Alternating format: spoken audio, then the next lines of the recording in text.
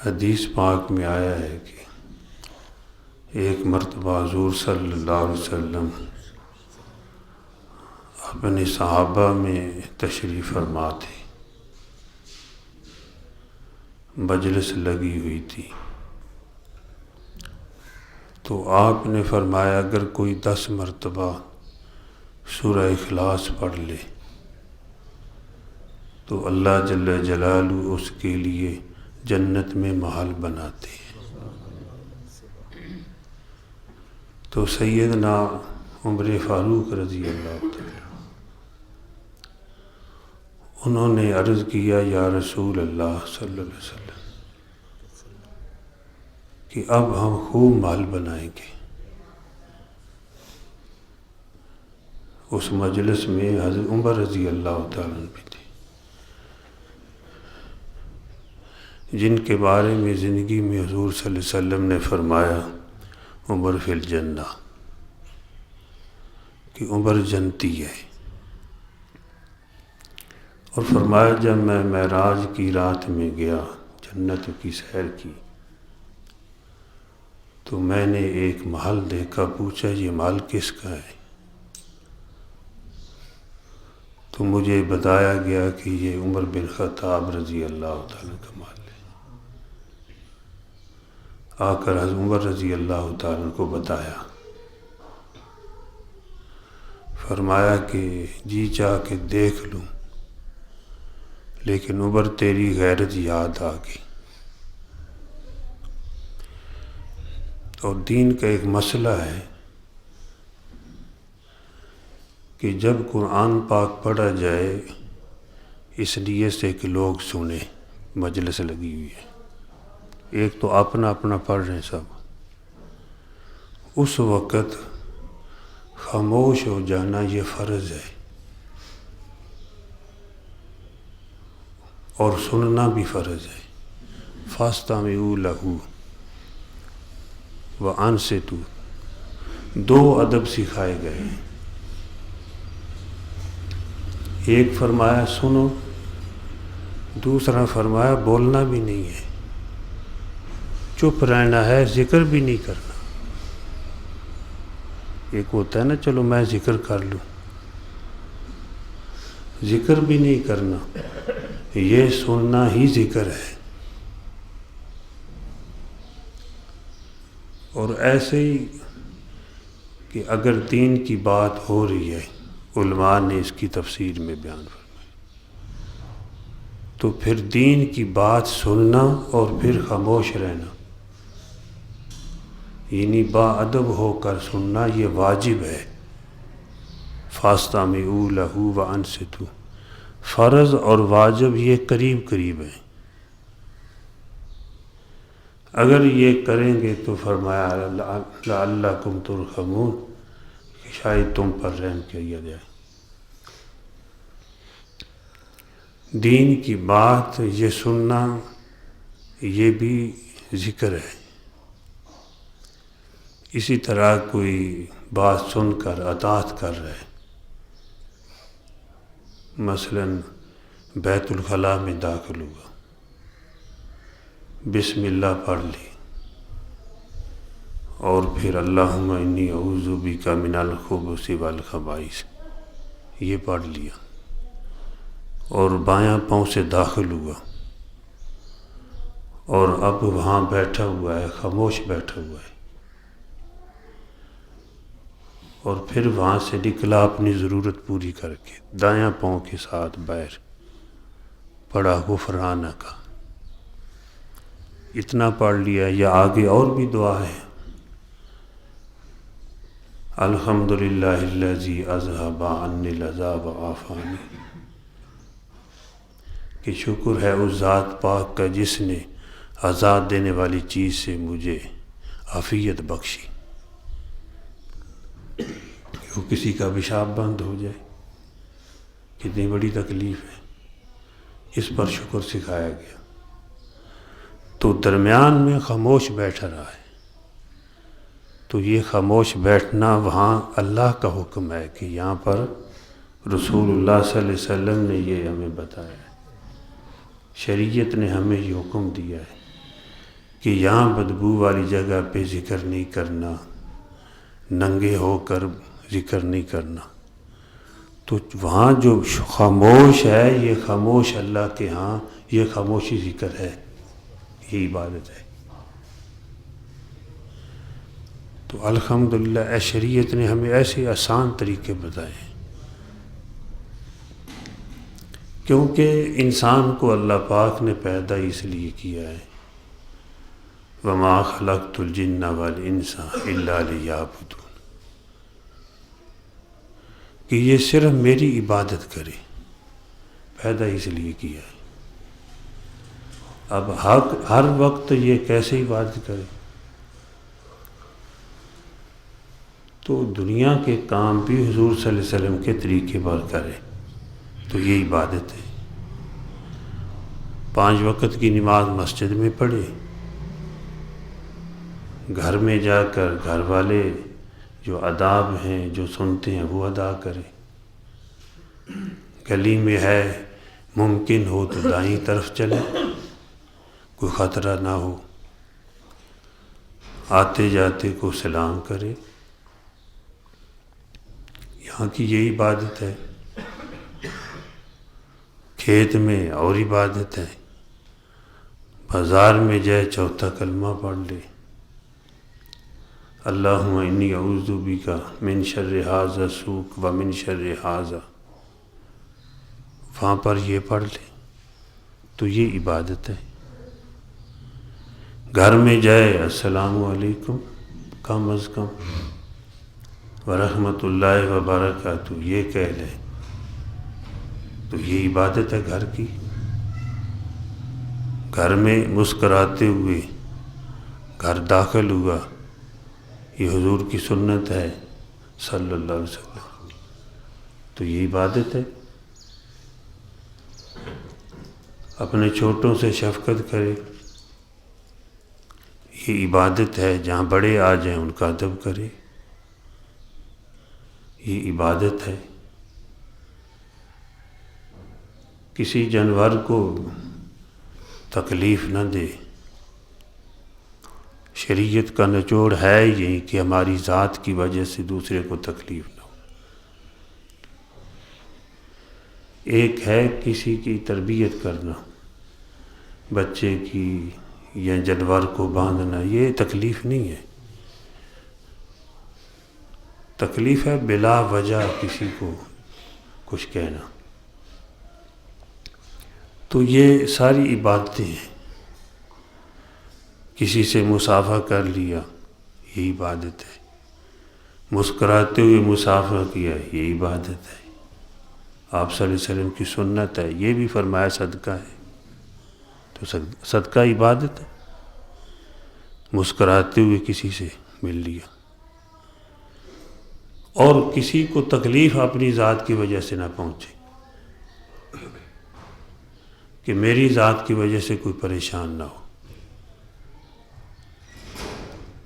دیکھو کسی کو بتا دیا کہ بھئی یہ نماز آپ پڑھ رہے تھے اچھے طریقے سے، کسی کو گھٹیا نہیں سمجھنا، آپ اس طرح غلطی کر رہے تھے، ہم نے سنا ہے کہ بھئی اس طرح پڑھنی چاہیے، اگر پوری تحقیق ہو تو اس طرح ہم اگر معاشرے میں یہ کام کریں گے تو ہماری دنیا بھی بنے گی، ہماری آخرت بھی بنے گی، اور ہماری دنیا سنورے گی اور ہماری آخرت بھی سنورے گی، ہمارا گھر بھی سنورے گا، ہماری قبر بھی سنورے گی۔ آج کتنے لوگ ہیں دنیا میں، بیر تو بڑے خلیق ہیں اور بڑے سلام کرتے ہیں، گھر جا کر سارے اس سلام کو پتہ نہیں کس حال میں برباد کر دیتے ہیں، گھر بولنے کا پتہ نہیں ہے۔ معاشرے کی بات کر رہا ہوں، دفتر میں جاتے ہیں، غیر محرم ہے جس کو دیکھنا بھی جائز نہیں، محترمہ ادھر بیٹھو، فلاں جی ادھر بیٹھو، بڑی مسکرا کر باتیں کرنی۔ تو بیوی کو بھی کبھی کہا محترمہ، محترمہ تو وہ ہے. اور بیوی ہنس کے بولنا تو وہ بیوی کے ساتھ تھا، مسکراتے ہوئے جانا، ان کی تعریف کرنا یہ بیوی کے. ایسے یہ نہیں کہ عورتیں ہیں وہ جا کر بڑوں کی، افسروں کی چاپلوسی کرنا، وہاں پہ دفتروں میں پتہ نہیں کیا کچھ ہوتا ہے، وہاں پہ جو ہے ان کے ساتھ بولنا، عجیب و غریب بڑی تعریف کرنا، سر اور میاں سے بولنے کا پتہ ہی نہیں کہ میرے خامد کا کیا مقام ہے. یہ بڑا سر تو یہی ہے، میرے سر کا تاج ہے. یہ ساری عبادتیں ہیں. اگر ہم بیوی کا ایک مقام سمجھ لیں، والدین کا مقام سمجھ لیں، بچوں کا مقام سمجھ لیں، ہمارا گھر بھی سنورے گا، ہماری قبر بھی سنورے گی. ہم دنیا سے چلے جائیں گے تو بچے رب ارحمہما کما ربیانی صغیرا پڑھیں گے. دنیا سے چلے جائیں گے تو وہ کچھ صدقہ خیرات کر کے ہمیں بھیجتے رہیں گے. ہم ایک دن اکٹھے بچے ہنس رہے تھے، سب آپس میں کوئی باتیں ہو رہی تھی اس طرح کی، خوش ہو رہے تھے، ہنس رہے تھے. تو میں بھی ہنس رہا تھا، بس جیسے ایک ماحول ہوتا ہے. آپ صلی اللہ علیہ وسلم جب کوئی دنیا کی بات کرتا تھا تو آپ دنیا کی بات بھی کر لیتے تھے، دین کی بھی کرتے تھے، لیکن اصلاح ضرور فرماتے تھے. نبی کی ذات خاموش نہیں رہ سکتی. میں ہو سکتا ہوں ڈر کی وجہ سے کسی کو کچھ نہ کہوں، کوئی ایسا نہ کرو، لیکن جو نبی کی ذات ہوتی ہے وہ خاموش نہیں رہتی غلط دیکھ کر. جو نبی کی ذات ہوتی ہے اگر کسی کام کو دیکھ کر خاموش ہو جائے تو وہ شریعت بن جاتا ہے. کسی نے کوئی کام کیا، حضور صلی اللہ علیہ وسلم نے دیکھ لیا، اس کو منع نہیں فرمایا، یہ شریعت بن گئی. اگر غلط ہوتا تو حضور بتا دیتے یہ غلط ہے، یہ نہیں کرنا. تو ہنسنا چاہیے نیکی کر کے. ہمارے اسلام میں ہنسنا بھی منع نہیں ہے. رونا بھی چاہیے اللہ کی محبت میں اور اپنے گناہوں کو یاد کر کے. اپنی تنہائیوں میں آنسو بھی بہانے چاہیے. یہ آنسو بھی بڑے قیمتی ہیں. اللہ اپنے عرش کا سایہ نصیب کریں گے جو اللہ کو یاد کرتے ہوئے. اور ہنسنا بھی چاہیے، جہاں ہنسنے کا موقع وہاں ہنستے نہیں. غفلت کے ساتھ گناہ کر کے ہنسنا یہ دل کو سخت کر دیتا ہے، پتھر بنا دیتا ہے دل کو. ہنسنا جائز ہے، سنت ہے، مستحب ہے. آپ صلی اللہ علیہ وسلم ہنسنے کی بات پہ ہنستے بھی تھے، ہنساتے بھی تھے، ایسی باتیں فرمائی ہیں. لیکن گناہ کر کے اور اللہ سے غافل ہو کر گناہوں کی زندگی میں مبتلا ہو کر پھر ہنسنا یہ دل کو فرمایا سخت کر دیتا ہے، اس سے دل پتھر ہو جاتے ہیں. تو یہ بات میرے سامنے ہی بتا اس لیے رہا ہوں، ہم اپنا ماحول بنائیں. یہاں مسجد میں سیکھنا ہے دین، اس کا عمل بیر کا ماحول ہے. اور سیکھے گا وہی جو یہاں میں جو بات بتائی ہے ادب کے ساتھ سنے گا اور سنانے والے کا ادب کرے گا، اور یعنی جو آداب بتائے گئے ہیں اس کے مطابق یہاں بیٹھے گا، انشاءاللہ محروم رہے گی نہیں. دین کی کوئی مجلس ہے. تو ہم سب ہنس رہے تھے. میں نے بچوں کو حدیث سنائی. اب چلو بھئی ہنسی بھی ہو رہی تھی. میں نے کہا حضور صلی اللہ علیہ وسلم نے فرمایا جو ایسی باتیں کرے جس سے والدین ہنسیں، فرمایا اللہ اس کو جہاد کا ثواب عطا فرماتے ہیں. یہ ہے دین. اور بچوں کو بتانا بھی ہے، غلطیاں انہوں نے کرنی ہیں، لیکن بچوں کے ساتھ خود بچہ نہیں بن جانا، یہ بھی سوچنا ہے. بعض دفعہ ہم بچوں سے بھی بڑے بچے بن جاتے ہیں، ایسے بول وہ نہیں بول سکتے جیسے ہم بولتے ہیں، پھر معاشرے میں ایسا ہوتا ہے، لوگ بتاتے ہیں آ کے۔ اور کبھی جو ہے وہ بچے بھی بدتمیزی کرتے ہیں۔ ہمارا ایک ساتھی تھا، بڑا نیک آدمی ہے، اللہ ان کو بھی اس کے بچوں کو بھی مزید نیک بنائے۔ ان کا بچہ کوئی نافرمانی کرتا تھا زیادہ، تو اس نے مجھے کہا کہ میں نے اس کو کہا غصے میں کہ تم فلاں فلاں ہے، اگر تم مر بھی گیا تو میں تیرے جنازے میں شریک نہیں ہوں گا۔ ناراضگی کا اظہار ہے، اور آگے سے وہ بھی پھر ایسے ہی کرتے ہیں۔ میں نے کہا جب دل دکھا ہوا ہو نا، یہ وہ وقت دعا کے قبول ہونے کا ہوتا ہے۔ والدین کا دل دکھ جائے، دکھے ہوئے دل کی آہ نکل جائے، وہ آہ لگ جائے تو بڑا مسئلہ بنتا ہے، پھر والدین کو بھی پریشانی ہوتی ہے۔ اور وہ وقت یعنی مظلوم، چاہے والدین مظلوم ہو یا اولاد مظلوم ہو، یا بیوی پر ظلم ہو یا کسی رشتہ دار پر ظلم ہو، مظلوم کی بد دعا کا استقبال خود کرتے ہیں اللہ جل جلالہ۔ کوئی راستے میں حجاب نہیں قبولیت کے، باقی عبادات واسطوں سے پہنچتی ہیں کچھ، لیکن مظلوم کی بد دعا اس کے درمیان میں کوئی حجاب نہیں۔ والدین کی دعا بچوں کے لیے اس کے درمیان میں کوئی حجاب نہیں۔ عادل بادشاہ کی دعا اپنی رعایا کے لیے کسی کے لیے دعا کرتا ہے، درمیان میں کوئی حجاب نہیں، اللہ پاک سنتے ہیں، اس کا استقبال خود کرتے ہیں، قبول کرتے ہیں، آگے اس کے دینے کا انداز ہوتا ہے۔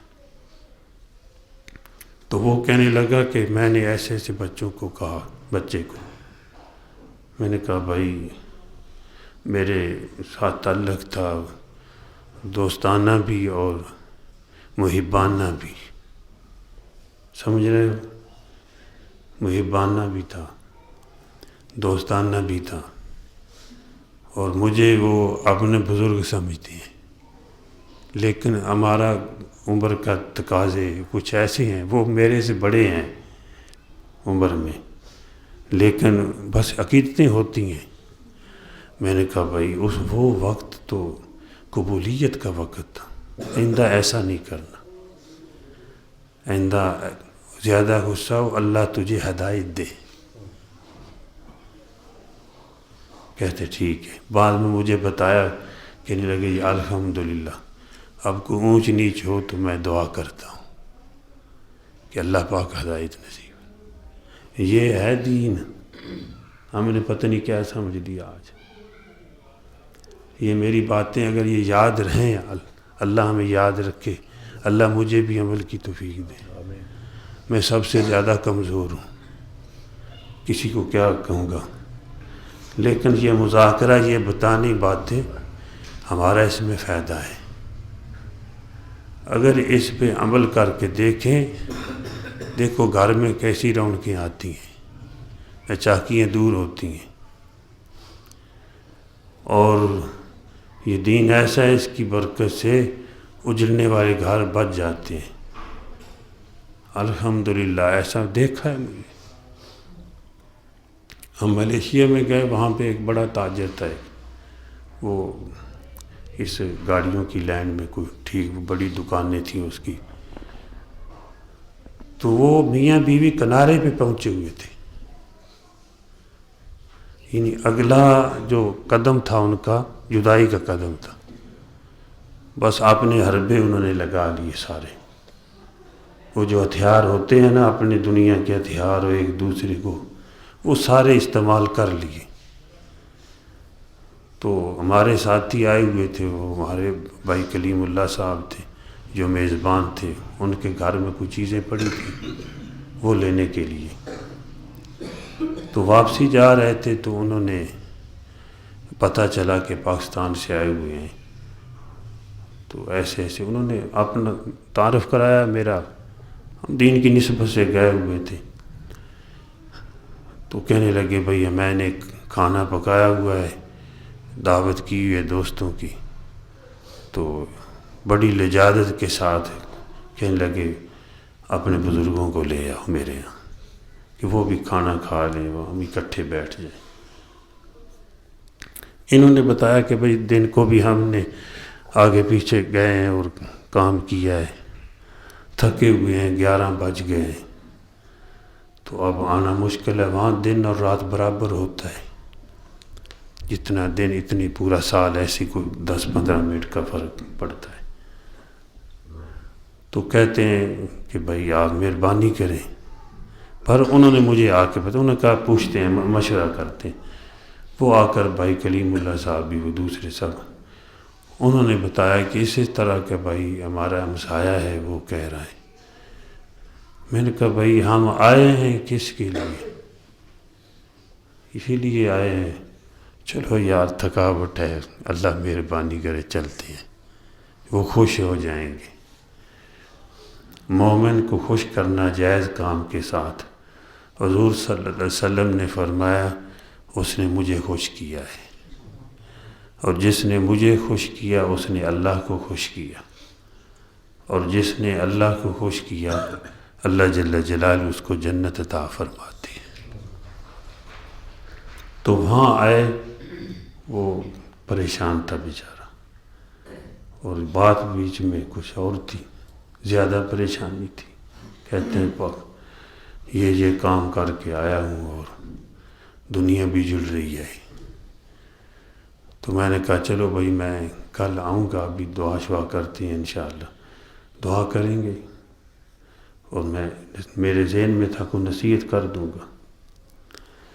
اب صبح گئے، الحمدللہ تھوڑی دیر ذکر کیا، کوئی وظائف کیے، اللہ کے سامنے التجا کی، ان کو بلایا دونوں کو، وہ بھی پردے میں، ان کی بیوی بھی آ گئی، ایک طرف وہ بیٹھ گئی، وہ سامنے میرے بھائی صاحب بیٹھ گئے۔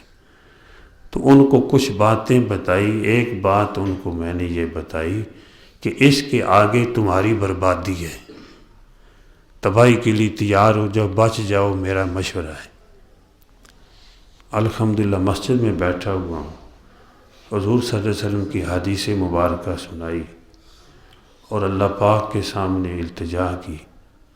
دل یہی تھا کہ چلو یہ جڑ جائیں بیچارے، تو وہ دونوں رونا شروع کر دی، ہائیں مارنی انہوں نے شروع کی، وہاں بیٹھے بیٹھے جڑ گئے، راضی ہو گئے۔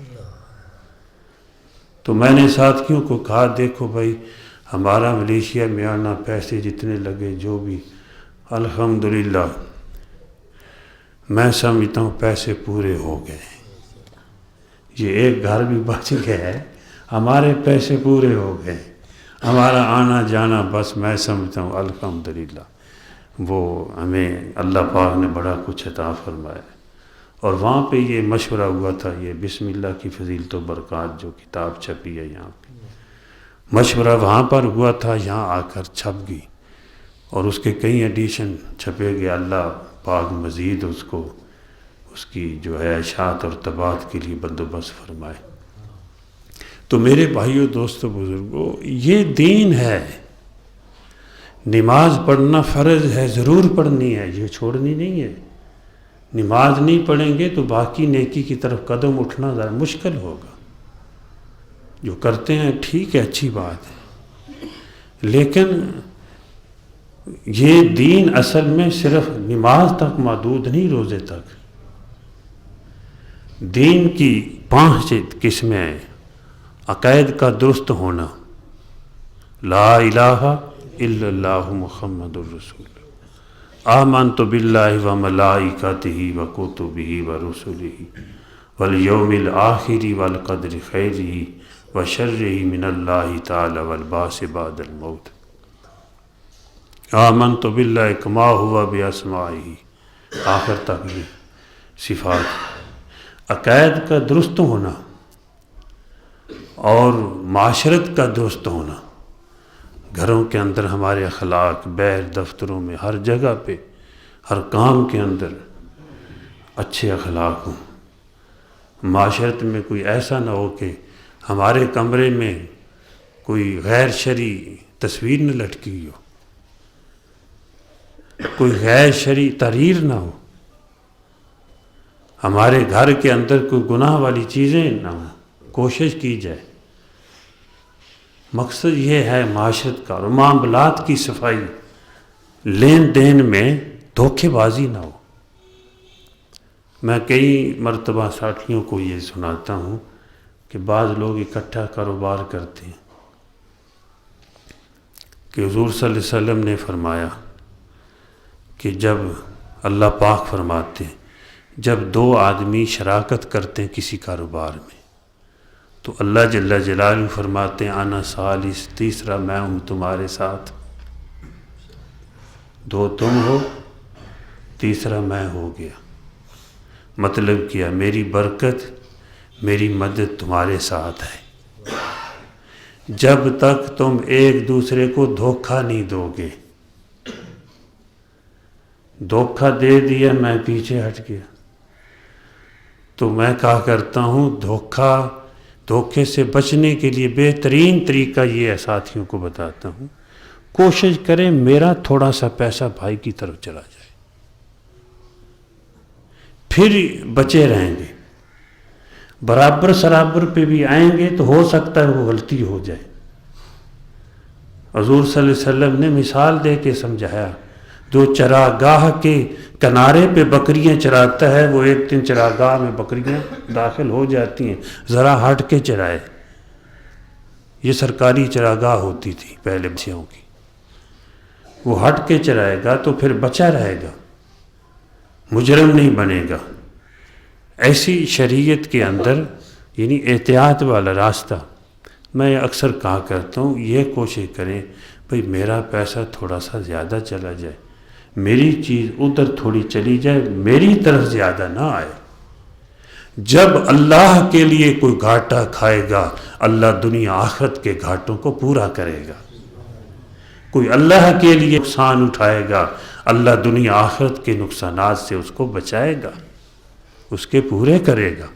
یہ دین ہے، اپنی قبر کو بنانا ہے، اپنی دنیا کو بنانا ہے، اور جانے والوں سے یہی سبق حاصل کیا جائے جو دنیا سے چلے گئے ہیں۔ حضور صلی اللہ علیہ وسلم نے فرمایا کہ نیک بخت آدمی وہ ہے سعید جو دوسروں سے سبق حاصل کرے، نصیحت حاصل کرے۔ ایک واقعہ ہوتا ہے نا تو اس سے آدمی نصیحت حاصل کرے، بھائی اس نے ایسا کیا کہیں میرے ساتھ بھی ایسا نہ ہو۔ ایک یہ بھی ہے کوئی اچھی نصیحت کرے اس کو قبول کرے، یہ نہیں مجھے نصیحت کیوں کی ہے، بلکہ اس کا شکریہ ادا کرے کہ شکر ہے اس نے مجھے دین کی باتیں بتائیں۔ اب الحمدللہ کتنی دین کی باتیں بتائیں، معاشرے کی، معاملات کی صفائی بھی ہو لین دین میں۔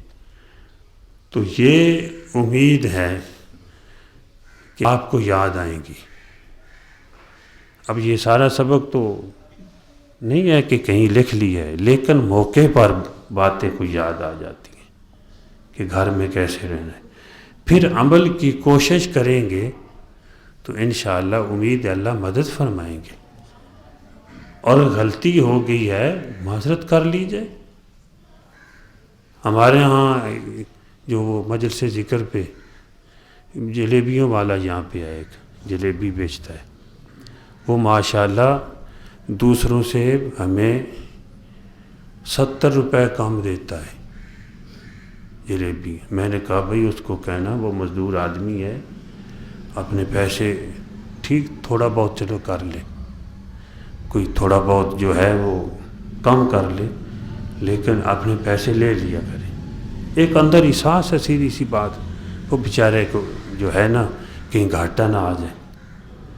تو اس کو جا کر وہ درمیان جس کو میں نے کہا جا کر بتایا، اس نے کہا نا جی میں 70 روپے کام لیتا ہوں، الحمدللہ دوسرے تیسرے دن اسی مہینے میری کسر نکل جاتی ہے، اللہ مجھے بڑا دیتا ہے۔ اور اس ایک وقت تھوڑی جلیبی کم آئی تو ہم کہتے ہیں بھائی آج کوئی ہے تھوڑی کم، کوئی 10 کلو کم تھی۔ دوسرے دن ہم نے نہیں کہا اس کو، دوسرے دن یہاں آیا، وہ جی اس طرح جلدی میں 10 کلو آپ کی جلیبی کم آئی ہے، تو وہ جس وقت چاہے اپنی لے لینا۔ ہم نے کہا وہ عورتوں کا پروگرام ہوتا ہے ماہانہ، چلو اس کے لیے بھیج دیں۔ یہ اللہ کا ڈر ہے، یہی دین کے ساتھ تعلق ہے، ورنہ کتنے لوگ ہیں جو ڈنڈی مارتے ہیں۔ اب وہ کہتا ہے مجھے اللہ زیادہ دیتا ہے، ہم کہتے ہیں ہم احساس کے لیے کہ بھی دیکھو اس کی جو ہے نا مزدور ہے بیچارے کام نہ ہوئے۔ یہ ایک دوسرے کا احساس کرنے سے اس طرح اللہ برکتیں فرماتے ہیں۔ یہ باتیں نصیحت کے لیے کہ معاشرے میں جب آدمی کسی کے عمل کی بات سنتا ہے نا تو جی چاہتے ہم بھی کر لیں۔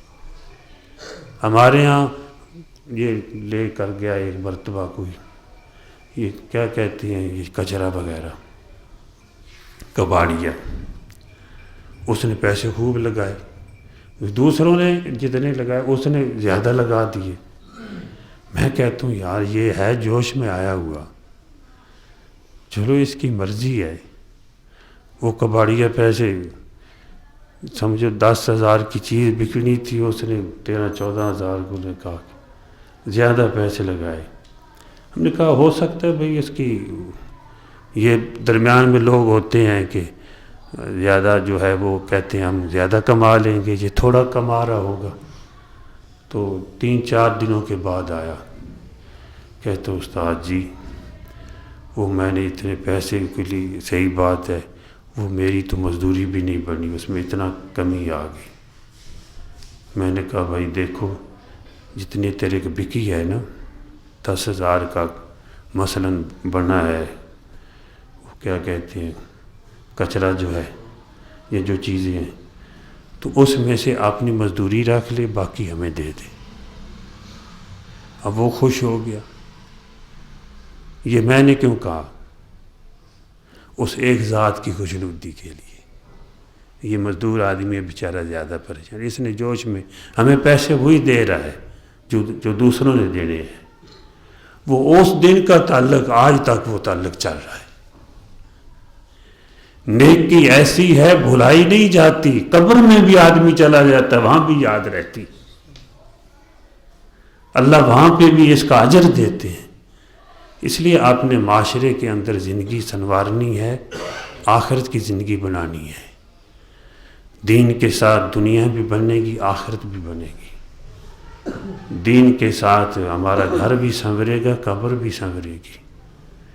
دین کے ساتھ یہ دنیا کا میدان بھی سنورے گا اور معاشر بھی سنورے گا۔ اور یہ دنیا اگر دین کے مطابق ہم بنا لیں، جیسے میں نے جمعے پر بھی ایک مرتبہ کہا کہ بڑے شفقت کرنا شروع کر دیں، چھوٹے ادب کرنا شروع کر دیں، علماء کی قدر شروع کر دیں، پورے معاشرے میں کیا نظر آئے گا؟ کہ گالی گلوچ نظر آئے گی، سنی جائے گی؟ ہر جگہ پہ شفقت، محبت، قدر یہی نظر آئے گی۔ تو جب یہ نظر آئے گی تو جنت میں کیا ہوگا؟ پیار ہی تو پیار ہوگا۔ اللہ دنیا کو بھی جنت کا نمونہ بنا دیتے ہیں۔ حضور صلی اللہ علیہ وسلم کی ایسی تعلیمات ہیں، آپ نے ہمیں ایسی جو ہے ایسا راستہ بتایا زندگی گزارنے کا جس سے دنیا بھی بنتی ہے، آخرت بھی بنتی ہے۔ تو حضرت عمر رضی اللہ تعالی عنہ نے عرض کیا، جن کا محل جو ہے حضور صلی اللہ علیہ وسلم خود جنت میں دیکھ کر آئے، حدیث یاد ہے نا، دیکھ کر آئے، تو وہ کیا کہہ رہے ہیں؟ یا رسول اللہ صلی اللہ علیہ وسلم ہم اب خوب محل بنائیں گے۔ حالانکہ وہ تو پہلی محل ان کے بنے ہوئے ہیں۔ صحابہ کرام نیکی کی حریص تھے، آخرت کی حریص تھے کہ ہم نیکیاں کریں، نیکیوں میں آگے بڑھیں۔ اگر حضور صلی اللہ علیہ وسلم نے تعریف فرمائی ہے، کسی نے مال پیش کیا، آپ نے دعا دی اور لے آئے، آپ نے دعا دی اور لے آئے، آپ نے پھر دعا دی کہ پھر دیناروں کی جو ہے ایک جھولی بھری آ کے حضور کی جھولی میں ڈال دی، حضرت عثمان غنی رضی اللہ عنہ، آپ پلٹ رہے ہیں اس کو، وہ ان کی آواز بھی آ رہی ہے، اللہ میں عثمان سے راضی ہوں، تو بھی راضی ہو جا۔ یہ صحابہ کرام کے جذبات تھے۔ لیکن اس کے باوجود یہ نہیں کہ جنت عثمان فی الجنہ، عثمان جنتی، آج کے بعد نیکی کی ضرورت نہیں، عثمان اور نیکیوں میں بڑھ گیا رضی اللہ تعالیٰ. ابو بکر فی الجنہ، یہ نہیں ہے کہ پھر نیکی اس پیچھے ہٹ گیا. ابو بکر رضی اللہ تعالیٰ اور نیکیوں میں بڑھ رہے ہیں، عمر اور نیکیوں میں بڑھ رہے ہیں. یا رسول اللہ صلی اللہ علیہ وسلم میں اب خوب مال بڑھاؤں گا. حضور صلی اللہ علیہ وسلم نے فرمایا کہ عمر اللہ اس سے بھی زیادہ پاک ہے، زیادہ دینے والا ہے. تو آپ سب جو ہے وہ 10 مرتبہ سورہ اخلاص پڑھ لیں، پھر دعا کر دیں. اعوذ باللہ من الشیطان